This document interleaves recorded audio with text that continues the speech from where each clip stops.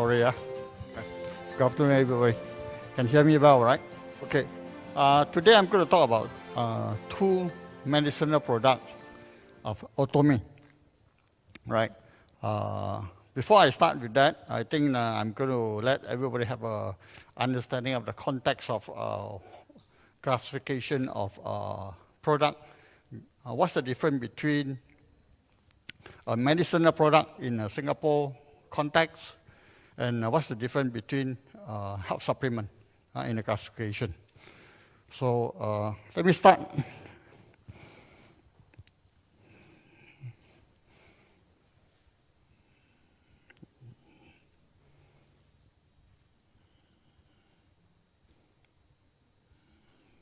Okay, right.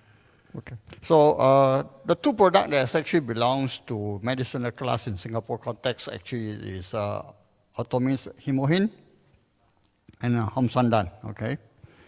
So in the Singapore regulatory context itself, right, health supplement basically does not require any product registration, right? So therefore, health supplement doesn't require any product licensing from the health authority, right? And as such, importer of a health supplement basically does not require to have a license, and basically anybody can import a health supplement in the Singapore context, okay? So with this itself, basically, you can understand that the health supplement basically the requirements in terms of the safety or product that are coming into Singapore, basically there's very lax in control, and henceforth there's no such thing as actually safety or what I call safety testing on the batch coming in, right? For the other class of complementary health product itself, Singapore actually have a class that's higher level than the health supplement, which is actually classified as a Chinese proprietary medicine. In short, it's CPM. For a product to be classified under the CPM, basically the product is deemed to have some medicinal purposes. So you can actually claim some medicinal function. Basically, that's the definition of it. The product that fall under the CPM basically will require actually registration in the Singapore HSA context. And therefore, the product, CPM product will have a product license. That means there's a license number proof. And the submission of the process itself basically go through the whole process of actually dossier and medicinal documentation submission, all right? Importer of the CPM product itself will thus require actually to be licensed. That means that it is required to have an importer license as a wholesale license in order for the product to be imported into Singapore as a CPM product for sales itself. And each batch of the CPM product that's coming into Singapore is mandatory required to undergo safety tests for heavy metal contaminants and microbial. So which means that every product which is under the CPM context in Singapore context itself, every batch will have to pass safety tests before they are allowed to sell in Singapore, all right? So that set the pace of what we're going to talk about, the two products that is in currently in Atomy profile.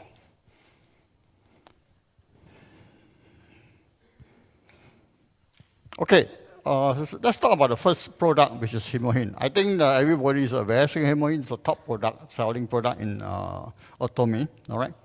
So it's Atomy's leading product, and if you talk about Atomy, and if you talk about product representation, I think HemoHIM is a synonym to Atomy, okay?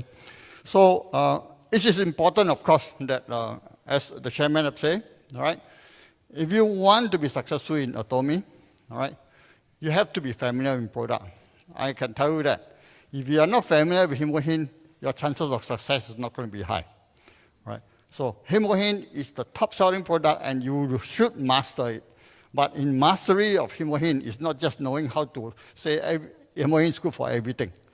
HemoHIM is a medicine, so I'm going to tell you exactly who are the people that is suitable to take HemoHIM and benefit from HemoHIM, who are the people that should be very careful about taking HemoHIM, right? And what other conditions when you take HemoHIM you should be more careful about, right? So recently we have an issue with HemoHIM from Hong Kong Health Department. I think everybody is well aware of the episodes that's going on.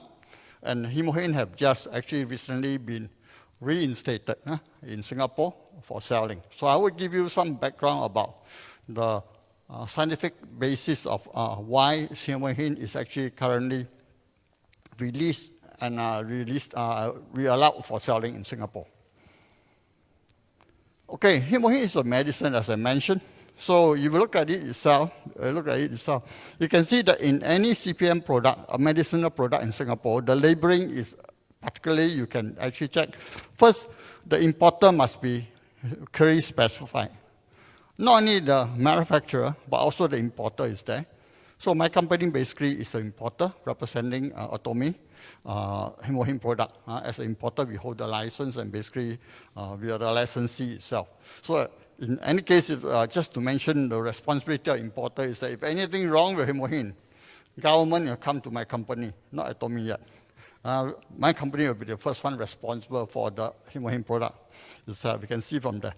Now, other than that itself, actually, in every CPM product, there is a label indicated in there. And you can see at the bottom, the gray area, the box itself, that is actually a mandatory label that is indicating the product is a CPM product itself. So down, I think you can see, down there, the gray area, the bottom one, allowed for use as a Chinese proprietary medicine. So this gives you a very good indication that if you go to the market, right, if you find that any product is considered as a medicinal product, you should find that label, right, in the product label itself, okay?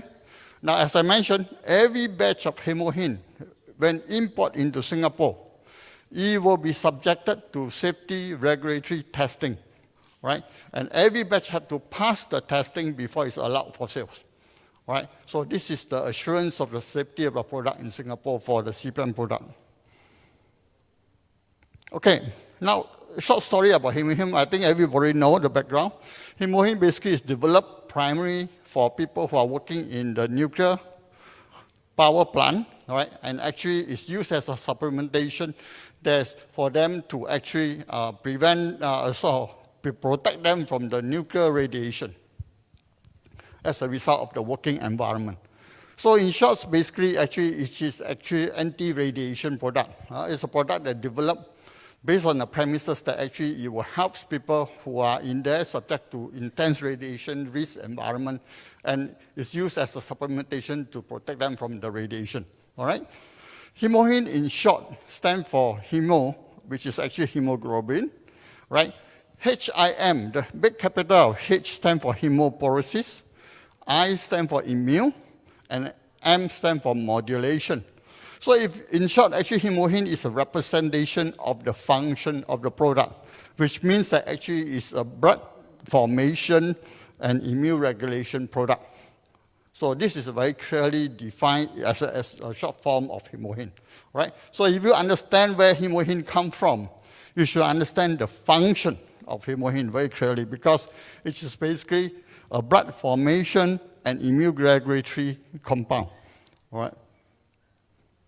Okay, look at the ingredient composition. I would not have to go into the technical part of it, but basically I think the famous 3 ingredients that's in the HemoHIM side are basically the Angelica Radix, which is actually tang gui, all right? Cnidium officinae, which is actually the chuan-xiong, and then also actually the Paeonia Japonica, which is actually paisao. These 3 are the classic herbal ingredient from the TCM, right? If you look at the traditional Chinese medicine pharmacopoeia in there, you'll find that these 3 are the classic herbal compound. They are the compound that's well in use for centuries, If you look at it itself, I'm going to draw a parallel for everybody. HemoHIM actually is very similar in its constituent with a very famous TCM formulation, which is called 四物汤, 四物汤, 四味 soap, okay? Now, if you look at it itself in the TCM Suwu soap itself, it is actually a very classic hematorosis tonic, okay?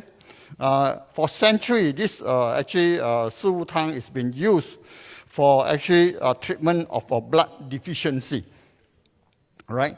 And actually, if you look at the composition of HemoHIM, which is actually the Tang Gui, Bai Sao, Chuan Xiong, the three products in there on the red side, you can see. If you compare with the Suwu soap itself, actually they have exactly the same ingredient, except the Suwu soap have additional one ingredient, which is actually the salty, additional one. That's the only difference in there. All right. Now for Suwu soap itself, modern TCM context itself is been used to treat condition that is like anemia, all right, low blood count, as well as menstrual irregularity. So if you look at the similarity between the two formulations, you can also basically draw a parallel in terms of HemoHIM's application. So HemoHIM's pharmacological property and application can be very similar to Suwu Tang, right? So it actually can be used and particularly relevant for people who are suffering from anemia, all right, or low blood count, and particularly suitable for women who are having menstrual irregularity. So these are the typical application of HemoHIM as well. Okay, just look at HemoHIM from the modern pharmacological context itself. Right, I derived the HemoHIM's pharmacology from the actually 18 published paper from NCBI. Right, NCBI is one of the most top renowned medicinal database in the world. All right, and from there, from this 18 published paper, I summarized the pharmacological function of HemoHIM for your understanding. Basically, HemoHIM is an antioxidant, right? It have anti-fatigue function. It's actually able to generate blood. You have immune modulation function. You have anti-inflammation function. You have anti-radiation function, and actually it's also anti-diabetic. So these are the summarized pharmacological function from the 18 published paper that's in NCBI. Okay, so let's go straight into the benefits of HemoHIM then, right? What are HemoHIM suitable for what types of people and what are benefits? First, HemoHIM will help improve the blood count. And therefore, through that itself, that means that if you have a blood count, then if you improve your blood count, generally people who have low blood count will have symptoms of anemia and anti-fatigue, because basically the blood itself comprises of red blood cell, white blood cell, and plasma, and all other compound cells. But as far as concerned itself, the red blood cell very often related to actually anemic conditions itself. All right. So the white blood cell, increasing the white blood cell, basically it helps to boost the immunity, because you know the white blood cell related to our immunity, and therefore, hence, it can actually use to defense against infection. Okay, infection. And of course, both the white blood cell and red blood cells, actually the raise of red blood cell and white blood cell itself also helps to actually alleviate the side effects which is due to the radiation, which basically destroy the red and white blood cell as well. Okay. What HemoHIM then can do? That means basically what HemoHIM is suitable. HemoHIM actually can be used as a complementary therapeutic for low immunity. All right. It helps to strengthen your body's immunity, so hence prevent you from getting infection, right? And it benefits for a person who are suffering from immunity deficiency diseases like cancer, AIDS patient, and singles. Okay, these are inherent immune deficiency diseases itself. So it will benefit people who are suffering from low immunity, that you actually strengthen the immunity. Okay. HemoHIM also is useful and it can be as a complementary therapeutic for low blood count, right? So it benefits to relieve people who are having symptoms of anemia, all right? Basically, this is particularly talking about the low blood count of red blood cell, okay? But remember, the anemia is a general term for low red blood cell. But there are certain generic red blood anemic condition that is not not considered to be actually the general anemia due to red blood cell, like thalassemia and sickle cell anemia. So HemoHIM is suitable for these types of people, but effectiveness of it itself basically is unknown. It's unknown because these types of anemia basically are generic and due to the defects of the red blood cell itself. So even if you increase the red blood cell in the body, the defects of the red blood cell doesn't change anyway. So therefore, doesn't necessarily give you the right benefits itself. Now, one condition that you all must be aware, right? Because HemoHIM basically is a blood-generating compound, right? So it is not advisable. In fact, it's contraindicated for people having bleeding disorder, right? Person who are having bleeding disorder should not take HemoHIM because it will make his condition get worse. Okay? Okay. Because a lot of members, in fact, have approached me as well, and they ask questions about HemoHIM, and most of them actually have also given HemoHIM for cancer patients. Right? So I want to just particularly take this opportunity just to delve in a bit on how HemoHIM is applied for cancer patient itself. All right? Now, okay, the HemoHIM on cancer patient can be looked at from two contexts of cancer treatment. One of them actually is the radiation therapy. Right? In cancer treatment, cancer therapy is one of the modalities, very commonly used. Right? And what are the problems of having a radiation therapy treatment? What are the side effects? Basically, for short-term, radiation therapy basically will destroy your blood cell. So basically, you also destroy your bone marrow blood forming function, and henceforth, it affects you having a low blood count issue. So in this case, the short-term side effect actually is fatigue and low blood count. This is actually the immediate side effect of the radiation therapy, all right? Localized-wise, if the area that has been irradiated, you actually will have other side effects. For instance, if your radiation is on the abdominal or pelvic area, you will have diarrhea, all right? And if you have, it's on the joints, on your chest, all that, you will have actually stiff joint and muscle pain in the area that's irradiated. Long-term, actually, you have problems with those organs that has been radiated itself. Right? So if you have lungs and heart actually been radiated, you will have actually heart failure or lung problem as you go on for long-term side effect. Lymph nodes itself, your radiation long-term, you will have water retention and so on and so forth. All right. So radiation causes side effect, and therefore you also reduce your blood count. So remember. Chemotherapy is another modality in cancer treatment, very common and very often is the first line of internal medicine for cancer treatment. What chemotherapy do is basically act on the mechanism of our fast-growing blood cell, right? Our body, fast-growing cell in our body are basically the blood cell, our hair, our mucosa membrane cell. These are the typical cell that's very similar to a cancer cell, which is fast-growing, all right? So chemotherapy basically act on that mechanism and actually try to cut those cells that's fast-growing one down. That means they kill those cells, right? As a result, the chemotherapy drugs also will cause damages to the normal, fast-growing cell. And hence, for having a low blood count is the effect of the chemo drugs mechanism by default, right? So very often you'll find that a lot of chemotherapy patients will suffer a low blood count problem, right? What do you mean by low blood count? Basically, in the blood, we have actually the red blood cell, the white blood cell, as well as the plasma. What do you call platelet? Platelet, we call it platelet, okay? So if you have a low red blood cell, you will suffer from anemia, right?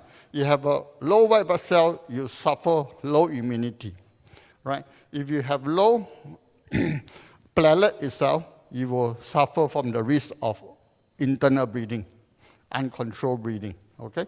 So these are the consequences of actually low blood count and the risk. Okay, HemoHIM in cancer treatment.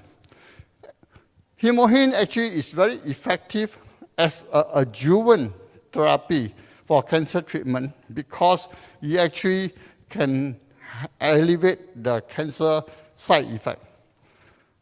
Surgery, cancer surgery, resulting in loss of blood, so obviously HemoHIM can actually recuperate, help it to recuperate faster. Similarly, chemotherapy and radiation therapy also cause a reduction in the blood count. And hence, for HemoHIM can help to normalize your blood count. So remember, the HemoHIM is not treating the cancer. HemoHIM is, in this instance, used as an effective adjuvant for what? For alleviating the side effect result from the cancer treatment. Okay? So there's a very clear distinction in terms of treatment as well as supporting and alleviating the side effect. So if you look at it from HemoHIM application, right? HemoHIM actually basically as a medicine, you can also use it as a supplementation. For supplementation application, basically you use it as a maintenance over a long period of time, right? Generally, if you feel that for antiphatic, if your immune is low, you want it for immunity support, then you should take 1 to 2 sachets a day. That should be suffice as a normal consumption for the application. But if you want to use it as a medicine, then you can increase the dosage. But remember, only if you have those symptoms that's relevant for the medicinal treatment. So in this case, if you have suffering from anemia, all right, which means a low red blood cell count, or you are suffering from low immunity diseases, all right, low white blood cell count, or you actually are from critical illness, you are suffering from the surgery, for instance, for recovery, then you can use HemoHIM as a medicine and increase the dosage to up to 3 sachets a day, right? In some instances, you might want to say that, okay, I can go up to 4, all right? But generally, remember the principle behind medicine use, right? Medicine use is targeted towards a condition. If the symptom is relieved, then the medicine should stop, right? It's the same, right? For you, if you take a Panadol, it's for a fever, right? When the fever subsides, you stop Panadol, right? Same thing, same principle apply. If you take HemoHIM at higher than the normal recommended dosage, right? Take it for the purpose of the targeted symptom, and if the symptom is normalized, revert it back to normal dosage, all right? That is a very important clinical practice in all medicine, as well as if you even you take supplement. Remember this guideline. Who should seek professional advice before taking HemoHIM? As I say, bleeding disorder, you should not take, all right? Pregnant ladies, nursing mother should not take HemoHIM. For that matter, any medication that you take, for pregnant ladies because of the sensitivity of the fetus involved. So you should not take any medication unless you are telling by the doctor, right? So don't self-medicate when you are actually pregnant or you are actually breastfeeding as well. Now, children under the age of 6, there's no need to take HemoHIM, right? There's no need for you to take HemoHIM, and for that matter, it doesn't really need to take any of the supplement unless there's indicated, right, for that. So remember, these are the group of people should be avoiding taking HemoHIM. Okay? Who should take with caution? People with hypertension, especially if your hypertension is uncontrolled. That means that even you take medication, the hypertension is still out of the range. Right? Those are what we call uncontrolled hypertension. The reason is very simple. Right? HemoHIM generates blood. Right? So increase your blood volume. If you are having hypertension, your blood volume go up further, you make the situation worse. Right? So if you have hypertension, and if the hypertension is under control, if you want to take HemoHIM for certain purposes, for instance, you might want to take it for immunity purposes, right? I suggest that you take with a small dosage. Start with a small dosage and see how your body responds before you ramp up, okay? So remember, there are cases whereby the people with hypertension take it and then the blood pressure shoot up as well, okay? So people with poor kidney function, people with poor liver function should also taking HemoHIM with caution, right? And there's no need for you to take HemoHIM if you do not need to take it for your immunity or your low blood count purposes, right? Now, remember, a lot of people ask me, can I take HemoHIM when I have a liver condition? Actually, they mean that can HemoHIM cure the liver diseases? The answer is no. HemoHIM is not indicated to cure any liver diseases, right? HemoHIM is not indicated to cure any kidney diseases. So you do not take HemoHIM to cure this condition. Okay, we talk about the medicinal problem that caused by Hong Kong Health Department. I just want to give here everybody a background and a very scientific evidence of what the basis is. So remember the issue of methicillin, okay? So methicillin is a compound that actually is found in a lot of natural herbs and fruits itself, right? And Hong Kong Health Authority basically mentioned that methicillin contain methicillin, and hence for actually it cause problem when you inject HemoHIM because you're taking HemoHIM because of this compound contained in there. Now the fact is that actually the methicillin is actually naturally found in a lot of compound, and therefore for that matter I want to use a scientific evidence to explain to you the basis of how HemoHIM has been actually rectified by HSA in terms of the safety clearance. First, if you look at it itself, one sachet of HemoHIM actually contains about 0.2 milligram of methicillin. This is a published number. This published number actually is even stated in the Korean Ministry of Food and Drug Safety. They published that number itself. So this is a published number that we know HemoHIM contains this amount. Now, since methicillin is actually a drug, so it's very simple. We just have to go to the drug directory and pick out methicillin and look at their current therapeutic dosage that's used for treatment. So a normal adult therapeutic dosage for methicillin is 20 mg per day per dose, all right? So if you base on this basis itself, in terms of equivalent of the amount in the drug dosage, you have to take up to 100 sachets of HemoHIM in order for you to achieve that therapeutic dosage.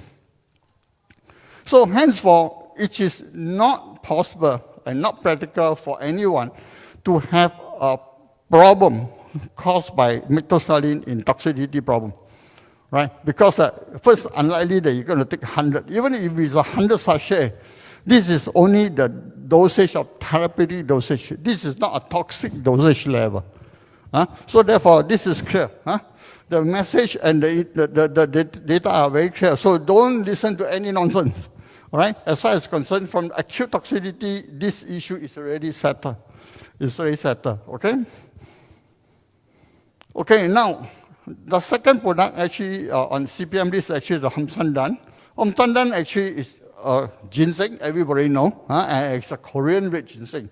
And the special differentiation is that it is actually very pure extract of ginseng. The extraction process are very patented and actually is very unique to Atomy itself. Now, I don't have to tell you about what ginseng can do, but I'm going to tell you that, right? In this case, as far as concerned, the listed activity of a ginseng benefits are all there. Antioxidant, anti-inflammation, antimicrobial, these are the benefits of ginseng. Now, the application is very wide-ranging, right? And even you have actually some what they call anti-cancer activities so far in the ginseng itself. Okay? Now, in application, what is Hongsamdan used? Hongsamdan actually used to improve mental and physical performance, right? It's antiphatic, right? It's used for central nervous system problem like cerebral insufficiency, impaired memory, right? Dementia, Alzheimer. It's useful for that application. It also used for actually regulating a metabolic syndrome, which is including type 2 diabetics. These are all proven clinical application of ginseng, okay? All right? And for respiratory infection, it's helpful. And it also used for erectile dysfunction, which is quite famous in terms of ginseng's use in terms of that, right? So I think this is well known. Huh? So these are all current application of ginseng itself. All right? But ginseng, taking ginseng, have its own precaution. So these are the precautions that I want everybody to know. Ginseng is very powerful, very effective in wide-ranging activities. But then ginseng also have a lot of interaction with drugs, right? So I don't want to bore everybody with that, but I will hope that everybody, when you take ginseng, do check against the list of medication if you are taking. So ginseng, the only area that you need to be concerned that you have a lot of interaction with the medication, okay? All right, so same thing as a general rule for everybody, all right? In taking health supplement or taking a medicine, do not take the medication for the treatment of disorder other than indicated. First rule of thumb, general. Second, do not consume beyond what is normally recommended dosage. Third, avoid taking between 1 hour with any other medication if you are not sure of the interaction of the drugs itself. And if you are taking herbs medication, herbs can cause allergic reaction, right? So therefore, in case that you have allergic reaction, right, it's not due to the product, whether good or not, but because of body reacting to the sensitivity of the herbs itself, you stop taking. Don't force yourself to take, okay? So I think that's all for my session, all right? So if you have any question that's relating some patient application or anything, I have leave you some of the contacts that you can actually even reach me as well.